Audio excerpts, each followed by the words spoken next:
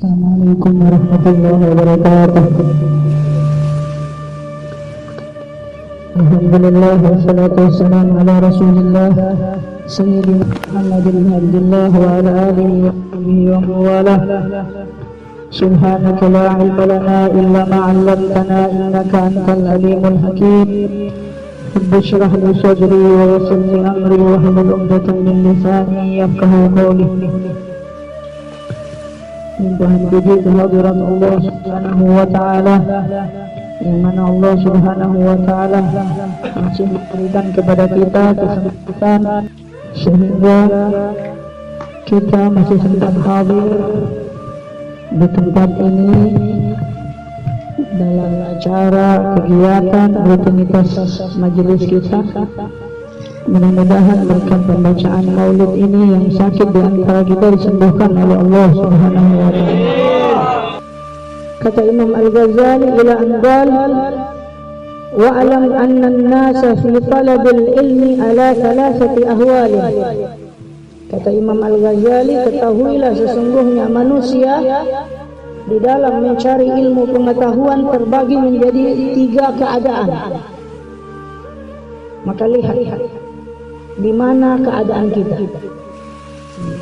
Tujuan adanya pembacaan kitab Bidayatul Hidayah sebenarnya bukan untuk mengukur orang lain, akan tetapi mengukur diri sendiri. Dari 3 golongan ini kita masuk di mana? Kata Imam Al-Ghazali, orang yang hadir di majelis ilmu, orang yang menuntut ilmu, orang yang mempelajari ilmu pengetahuan, orang yang hadir di liqa atau orang yang hadir di dalam kajian, itu terbagi menjadi 3 golongan. Pertama kata Imam Al-Ghazali, rajulun talabi ilma liyattakhidhahu zadahu ila al-ma'ad wa lam yaqsid bihi illa wajha Allah wa dar al-akhirah fa hadha min al-faizin. Kata Imam Al-Ghazali, kelompok yang pertama, rajulun talabal ilma liyattakhidhahu zadahu ila al-ma'ad. Seorang yang mencari ilmu pengetahuan, tujuannya dengan ilmu tersebut dia mendapatkan bekal menuju akhir. Walam yaqsid bihi illa wajha Allah wa daral akhirah. Di dalam pencarian ilmunya ini tidak ada yang dia mau, tidak ada yang dia inginkan kecuali Allah wa daral akhirah, dan negeri akhirat. Fahada minal faizin. Golongan ini termasuk daripada orang-orang yang sukses. Wa rajulun talabahu liyasta'ina bihi ala hayatihi al-ajilah wa yanala bihi al-'izza wal jah wal mal. Ada sekelompok lagi orang yang mencari ilmu, dengan ilmu tersebut tujuannya untuk membantu dia dalam kehidupan dunianya saja. Wa yanala bihi al-'izza wal jah wal mal. Yang dia inginkan dengan ilmunya itu agar dia mendapatkan kemuliaan, agar dia mendapatkan pangkat, agar dia mendapatkan harta yang banyak. Wa huwa alimun bidzalika mustashirun fi qalbihi rukakata halihi wa hisyata mafsidih. Tapi dia tahu di dalam hatinya itu bahwa yang dia cari ini sesuatu yang rendah. Gelisah di dalam hatinya bahwa maksudnya ini adalah sesuatu yang hina.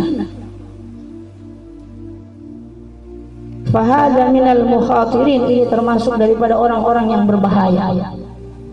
Kata Imam Al-Ghazali, ada orang mencari ilmu tujuannya untuk dunia, supaya dia punya harta, dia punya pangkat, dia punya kemuliaan.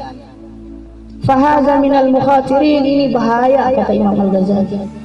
Fa in ajalahu ajaluhu qabla taubah khifa alaihi min su'il khatimah. Apabila ajalnya datang di saat dia seperti itu, belum sempat dia bertaubat, ditakutkan orang seperti ini mati dalam keadaan su'ul khatimah wal iyazubillah, akhir yang buruk. Jadi percuma dia punya ilmu banyak, tapi dia pakai untuk mencari dunia. Kalau dia tidak bertaubat, ditakutkan dia akan mati dalam keadaan su'ul khatimah. Wa baqiya amruhu fi khatiril masyiah. Maka urusan seperti ini, urusannya ini berada pada keinginan yang berbahaya. Kata Imam Al-Ghazali, wa in wuffiqa li taubati qabla hululil ajali wa adhafa ila al-ilmi al-amala wa tadaraka ma farrata fihi min al-khalal tahaqquqa bil faizin.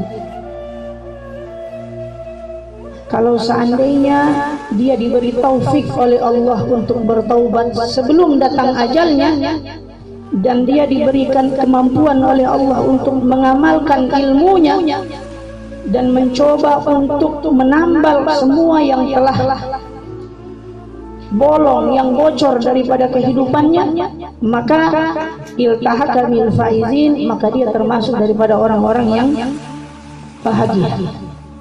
Karena apa? Sebelum dia meninggal dunia, dia menambal semua kesalahannya dengan pengetahuan. Artinya dia sadar melakukan kesalahan. Kalau Aristoteles, seorang filosof, itu pernah berkata, manusia sadar di dalam ketidaksadarannya. Dia tahu salah tapi dia buat. Dia buat kesalahan tapi dia sadar ini salah. Andai dia tidak bertaubat saat itu, sebelum datangnya ajal, ditakutkan nanti dia apa? Mati dalam keadaan suul khatimah. Tapi kalau seandainya dia bertaubat, maka dia termasuk daripada orang-orang yang faizin. Kenapa dengan taubat terhapus semua kesalahannya? Ya, fa inna taiba minadz-dzambi kaman la dzambalah. Sesungguhnya orang yang bertaubat dari dosanya seperti tidak memiliki dosa.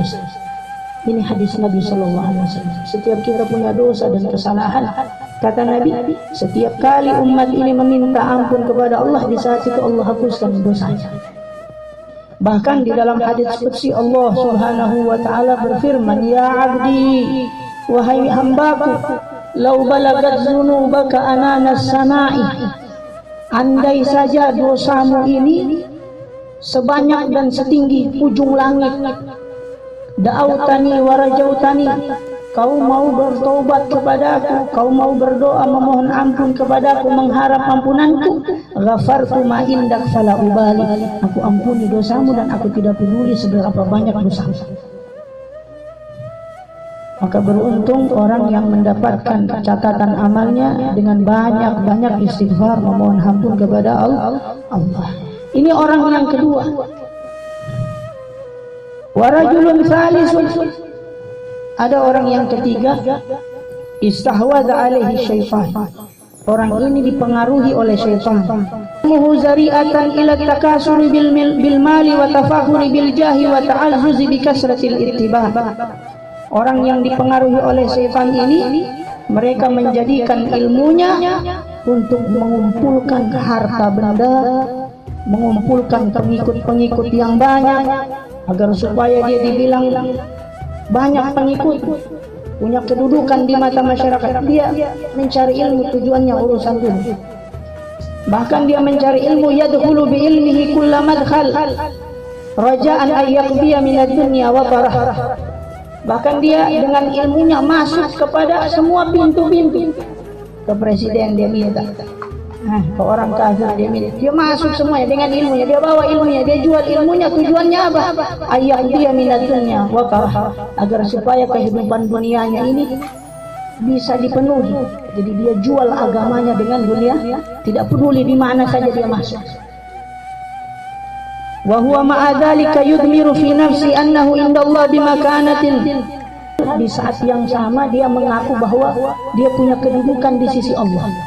Dia orang tidak sadar, merasa bahwa dia memiliki kedudukan di sisi Allah. Kenapa? Litisamihi bisimatil ulama wa tarassumihi birusumihim fi zai wal mantiq. Kenapa? Karena dia menyerupai tanda-tanda ulama, pakai imamah juga dia, pakai sorban juga dia, bajenggot juga dia, bacila lagi dia, pakai siwak lagi dia pakai tanda-tanda ulama, wa tarassumihi birusumihim bizai wal mantiq, dari segi ucapan, dari segi penampilan dia tiru ulama, padahal sebenarnya dia ini ular yang berbisa. Di saat yang sama dia pakai pakaian ulama, dia pakai pakaian kebesaran ulama, ma'atakalubihi ala dunya zahiran wa batin, padahal dia begitu rakus dengan dunia zahir dan batin, katanya Allah. Ada orang seperti itu, dicari dunia, dijual agamanya untuk dunia, pakai pakaian seperti pakaian ulama, padahal sebenarnya dia rakus dengan zahir dan batin, kata Imam Al-Ghazali. Fahadha minal halikin, orang seperti ini termasuk daripada orang yang halikin, orang yang binasa. Wa minal hamki wal maghrurin, termasuk daripada orang yang dungu, orang yang maghrur, yang tertipu. Kenapa? Idzir raja'u munqati'un an taubatihi li dhannihi annahu minal muhsinin. Kenapa orang seperti ini termasuk orang yang tertipu? Karena sudah tidak bisa lagi diharapkan taubatnya. Kenapa tidak bisa diharapkan taubatnya? Karena dia menyangka dia termasuk orang baik. Dia menyangka dia punya kedudukan di sisi Allah. Padahal dia begitu rakus dengan orang seperti ini, setengah mati dikasih tahu. Wa huwa ghafilun an qauli ta'ala, orang seperti ini lalai dari firman Allah, ya ayyuhalladzina amanu lima taquluna ma la taf'alun, kabura maqtan indallahi an taquluna ma la taf'alun. Hai orang-orang yang beriman, mengapa kau berbicara tapi kau tidak kerjakan?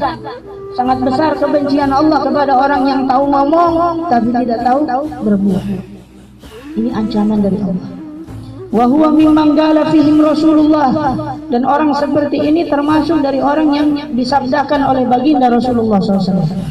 Ana min ghairi dajjal ahwafu alaikum minad dajjal.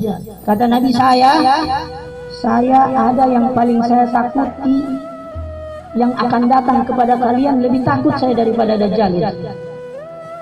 Datang dajjal saya takut, tapi ada satu perkara yang lebih saya takuti daripada kemunculan dajjal kepada kalian. Faqila wa ma huwa ya Rasulullah. Sahabat bertanya, apa itu ya Rasulullah yang lebih bahaya dari dajjal? Kata Rasulullah, ulama usul, ulama bobrok, ulama jahat, ulama kotor, ulama sesat. Kenapa begitu? Di Imam Al-Ghazali mengatakan, li'anna dajjal ghayatuhul idlal, karena dajjal itu dia punya tujuan, dia punya misi. Visi misi adalah menyesatkan orang dengan nyata. Tapi wa mislu hadzal alim wa in sarafan nas an dunya bilisani wa maqali fa huwa da'in lahum ilayha bi amali wa ahwali. Adapun orang yang alim model seperti ini, dia suruh manusia untuk meninggalkan dunia dengan lisannya, akan tetapi perbuatannya dia mengajak manusia untuk rakus kepada dunia. Kata Imam Al-Ghazali, walisanul hal angkab min lisanil magal. Ketahuilah sesungguhnya lisan keadaan itu lebih tajam, lebih fasih daripada lisannya ucapan. Perbuatan kita itu lebih fasih daripada lidah kita ini.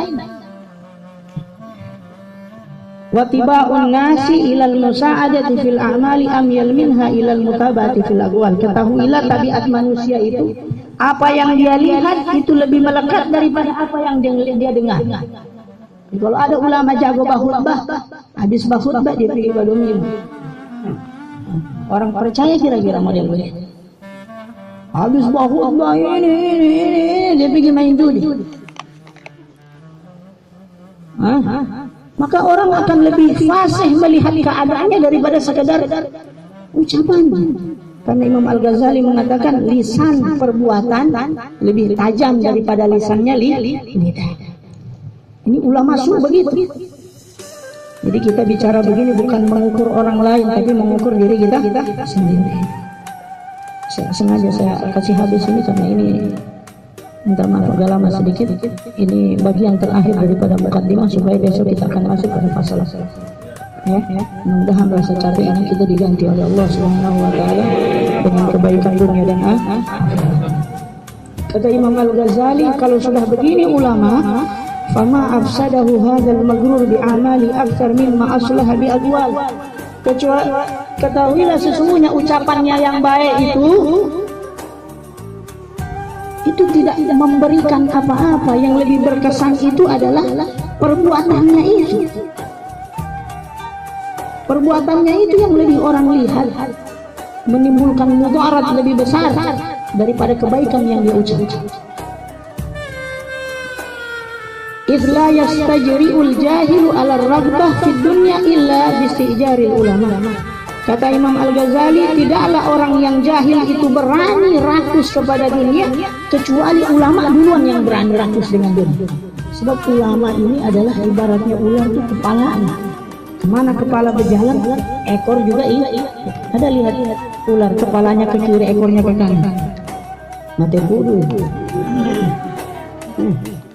Kalau ulamanya sudah ikut dunia berani, maka umat ini juga ikut begitu. Faqad sara ilmuhu sababan li jur'ati ibadillahi ala ma'asi.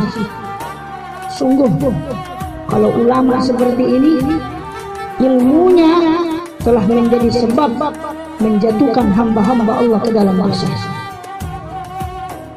Fa nafsuhul jahilah mudillatan ma'a dzalika tamanni wa tarjihi wa tad'uhu ila ayyamunna 'ala Allah bi'ilmi. Sementara jiwanya yang jahil seperti itu menyangka bahwa dia punya kedudukan di sisi Allah dengan ilmu yang dia pelajari. Wa tukhayyilu ilaihi nafsuhu annahu khairum min katsirin min ibadillah, dan dia berkhayal, dia menyangka bahwa dirinya lah orang yang paling baik di antara hamba-hamba Allah. Dan orang tidak sadar seperti ini. Maka dari ketiga orang ini, kata Imam Al-Ghazali, fakun ayyuhal talib minal fariqil awwal.